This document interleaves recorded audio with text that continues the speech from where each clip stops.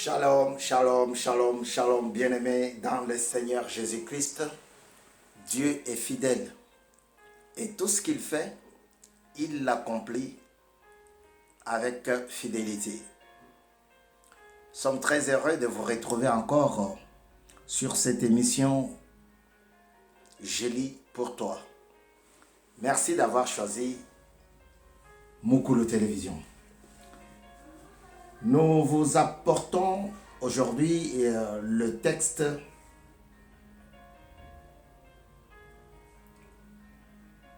dans le livre La prophétie de Dieu accordée à Ésaïe à partir du 9e chapitre.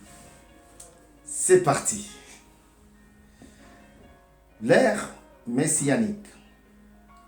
Toutefois, les ténèbres ne régneront pas toujours sur la terre, où il y a maintenant des angoisses.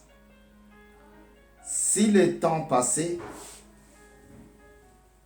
ont couvert de mépris le territoire des Zabulon et de Nephtali, le temps à venir couvriront de gloire la région voisine de la mer, la région située dans l'autre côté du Jourdain, la Galilée,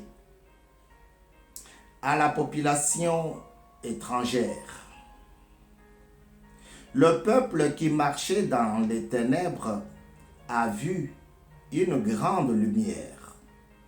Sur ceux qui habitaient le pays de l'ombre de la mort, une lumière a brillé. Tu rends la nation nombreuse. Tu augmentes sa joie. Elle se réjouit devant toi comme on le fait hors de la moisson. Comme on jubile au partage du butin. En effet, le fardeau qui pesait sur elle, le gourdin qui frappait son dos, le bâton de celui qui l'opprimait, tu le brises comme tu l'as fait lors de la victoire sur Madian.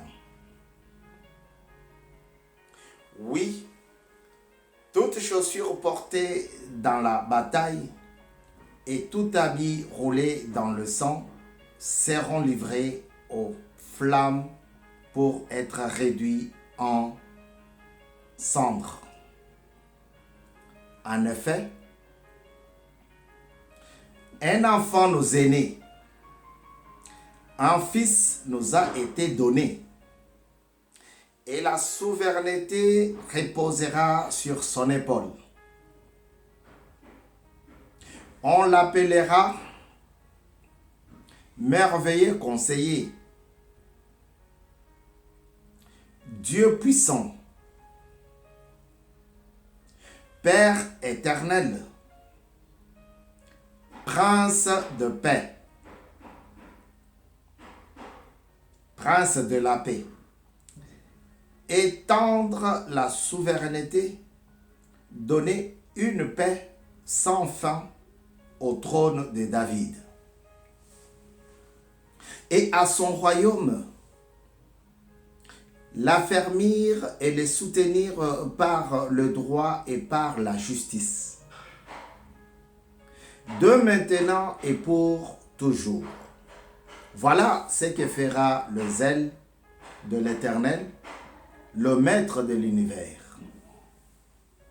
Jugement d'Israël et de Juda. Le Seigneur envoie une parole contre Jacob et elle tombe sur Israël. Le peuple tout entier en aura connaissance. Éphraïm et les habitants de Samarie, eux qui disent avec orgueil et arrogance, des briques sont tombées. Nous construirons en pierre de taille. Des sycomores ont été coupés, nous les remplacerons par des cèdres. L'Éternel fait alors triompher contre les ennemis de restants et arme leurs ennemis. Les Syriens à l'est, les Philistins à l'ouest. Ils dévorent Israël à pleine bouche. Mais malgré tout cela, sa colère ne se détourne pas et sa puissance est encore déployée. C'est que le peuple ne revient pas à celui qui le frappe et ne recherche pas l'Éternel, le Maître de l'univers. Aussi l'Éternel arrachera-t-il d'Israël la tête et la queue. La branche de palmier et les roseaux, tout cela le même jour. L'ancien et le magistrat, c'est la tête. Et le prophète qui propage le mensonge, c'est la queue. Les conducteurs de ce peuple l'égarent et ceux qui se laissent conduire par eux se perdent. C'est pourquoi le Seigneur ne peut se réjouir en pensant à ces jeunes gens et n'aura pas pitié de leurs orphelins et de leurs veuves.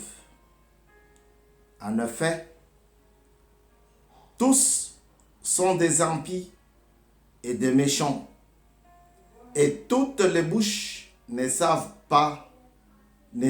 que proférer des absurdités. Mais malgré cela, sa colère ne se détourne pas et sa puissance est encore déployée. Verset 17. En effet, la méchanceté brûle comme un feu qui dévore, ronces et buissons épineux. Elle embrase le buisson de la forêt, d'où s'élèvent des colonnes de fumée. C'est à cause de la colère de l'Éternel, le Maître de l'univers, que le pays est embrasé et le peuple alimente lui-même ce feu. Personne n'épargne son frère. On pille à droite, mais on a encore faim. On dévore à gauche, mais on n'est pas rassasié. Chacun se met à manger son propre bras. Manassé dévore Éphraïm. Éphraïm, Manassé. Et ensemble, ils fondent sur Juda. Mais malgré tout cela, sa colère ne se détourne pas et sa puissance est encore déployée. Chapitre 10. Malheur à ceux qui promulguent de règles injustes et à ceux qui transcrivent des décrets oppressifs pour écarter le plus faible des tribunaux et priver les plus humbles de mon peuple et de leurs droits, pour faire de veuves leur proie et dépouiller les orphelins. Que ferez-vous les jours où il interviendra, lorsque la dévastation arrivera de loin? Vers qui fuirez-vous pour trouver de l'aide Et où laisserez-vous votre gloire? Les uns seront courbés par le prisonnier, les autres tomberont par les condamnés à mort. Mais malgré tout cela, sa colère ne se détourne pas et sa puissance est encore déployée. Jugement de l'Assyrie. Malheur à l'Assyrien, bâton de ma colère. Le gourdin dans sa main, c'est l'instrument de ma colère. Je l'ai lâché contre une nation impie. Je l'ai fait marcher contre le peuple qui déclenche ma fureur, pour qu'il s'y livre au pillage et qu'il lui fasse du biton, pour qu'il le piétine comme la boue de rue. Cependant, le roi de l'Assyrie ne voit pas la situation de cette manière. Et ce n'est pas le projet qui forme son cœur. Il ne pense qu'à détruire, qu'à éliminer des nations et pas en petit nombre.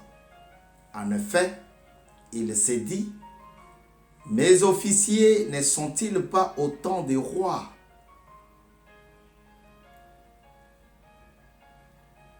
Le sort des Calno n'a-t-il pas été identique à celui des Carchemish, le sort de Hamath à celui d'Arpad, le sort de Samarie à celui de Damas? Puisque je me suis emparé des royaumes de faux dieux, alors que leurs sculptures sacrées étaient plus nombreuses qu'à Jérusalem et à Samarie.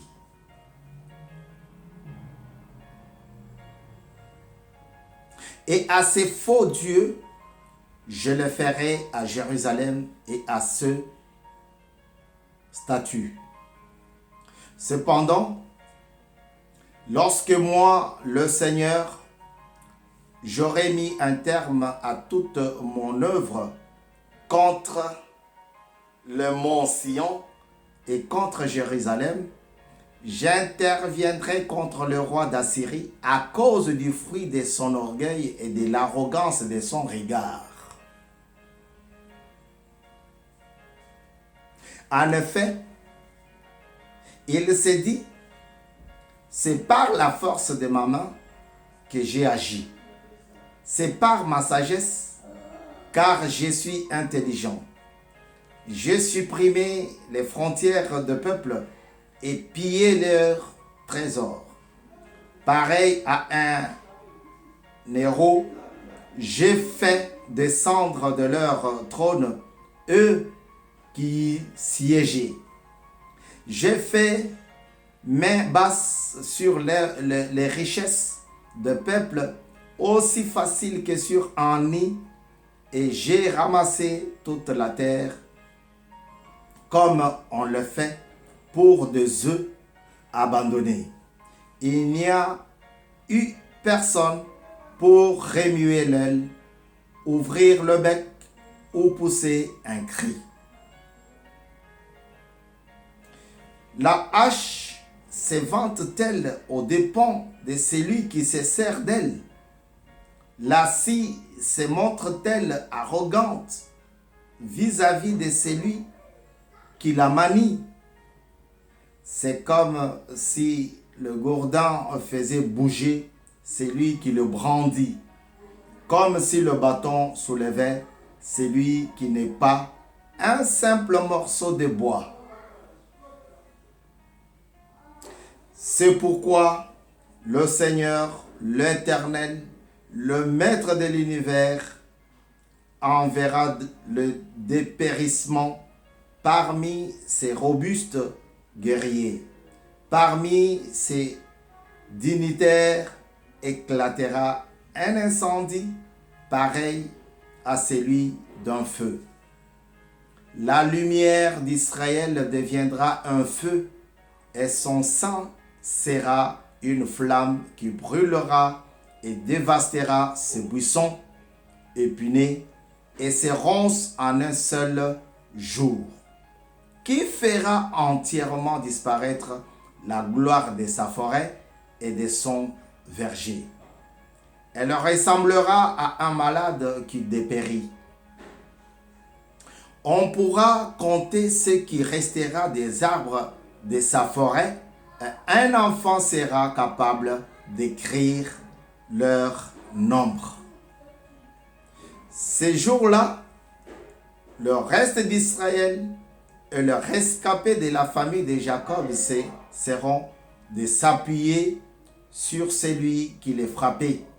Ils s'appuieront vraiment sur l'Éternel, le sang d'Israël.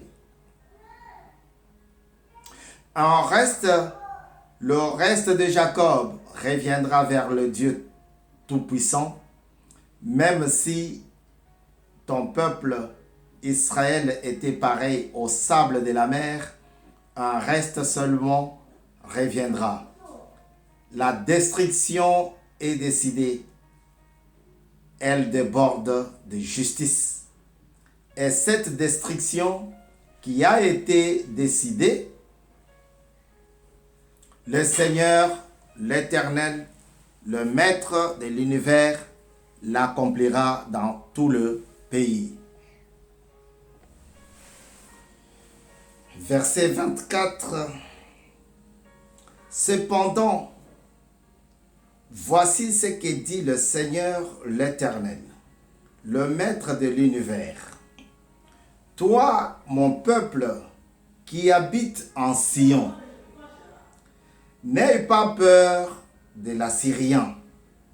Il te frappera, il te frappe à coups de bâton.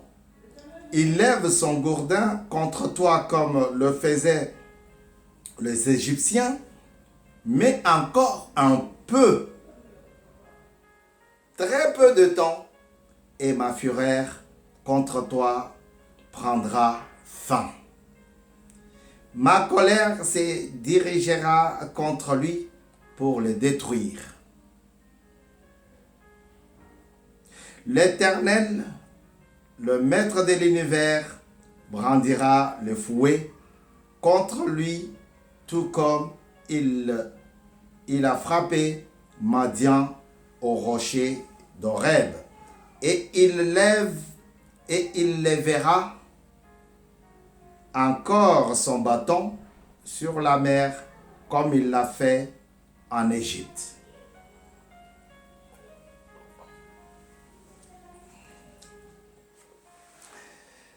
Ces jours-là, verset 27, le fardeau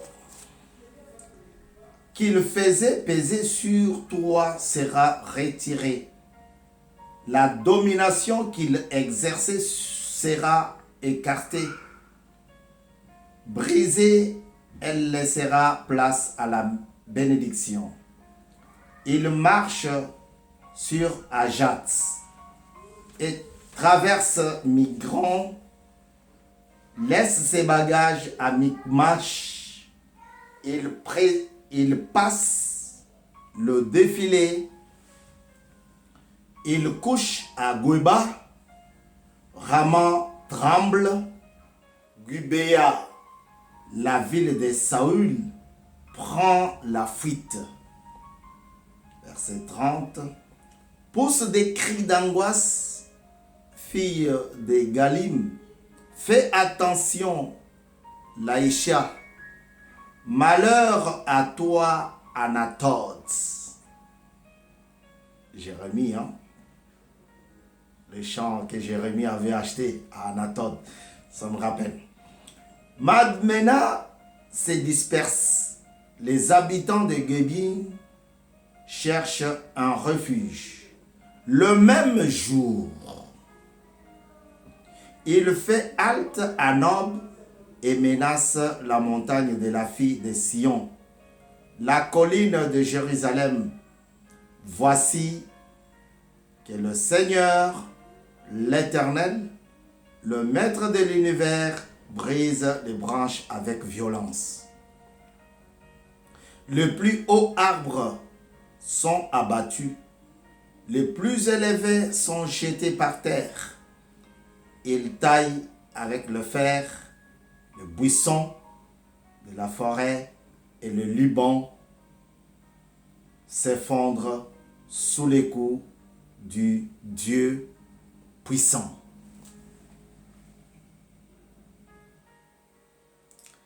Parole du Seigneur. Est-ce que les temps nous sont favorables? Ben oui.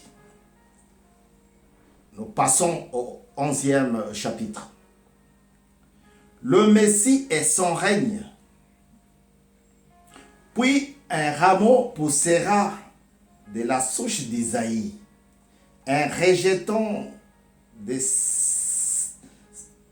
ses racines portera du fruit. L'Esprit de l'Éternel reposera sur lui. Esprit de sagesse et de discernement. Esprit de conseil et de puissance. Esprit de connaissance et de crainte de l'Éternel. Il prendra plaisir dans la crainte de l'Éternel. Il ne jugera pas sur l'apparence, n'adressera pas des reproches sur la base d'un oui-dire. Au contraire, il jugera les faibles avec justice et corrigera les malheureux de la terre avec droiture. Il frappera la terre par sa colère comme par un coup de bâton et par le souffle de ses lèvres. Il fera mourir le méchant. La justice sera comme une ceinture autour de sa taille. La fidélité comme une ceinture sur ses hanches. Le loup habitera avec l'agneau et la panthère se couchera avec les chevreaux. Le veau, le jeune lion et le bétail qu'on engraisse vivront ensemble. Et un jeune garçon les conduira. La vache et l'ours auront un même pâturage. Leurs petits un même enclos.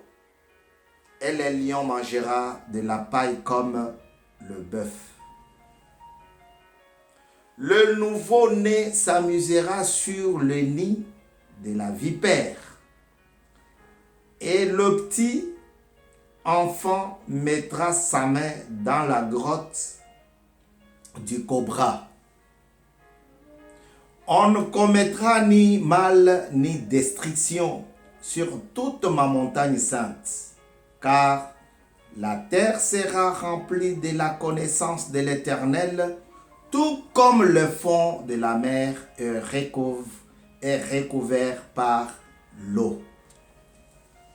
Ces jours-là, la racine d'Isaïe, dressée comme un étendard pour de peuples, sera recherchée par les nations et son lieu de résidence sera glorieux.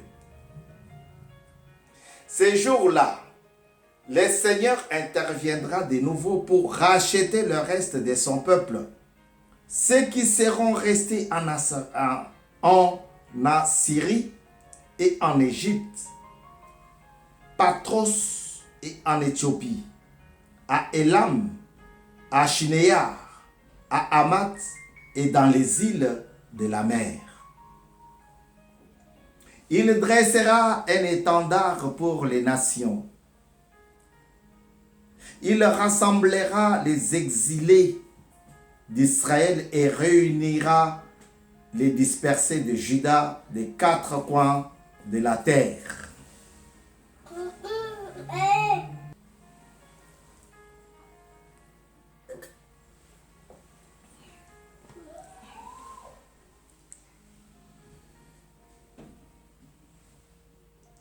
verset 13.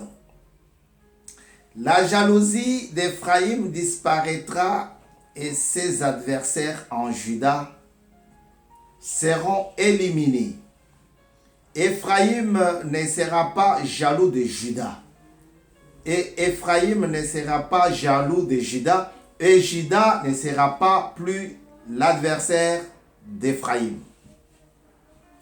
Au contraire, ils fondront sur l'épaule des Philistins.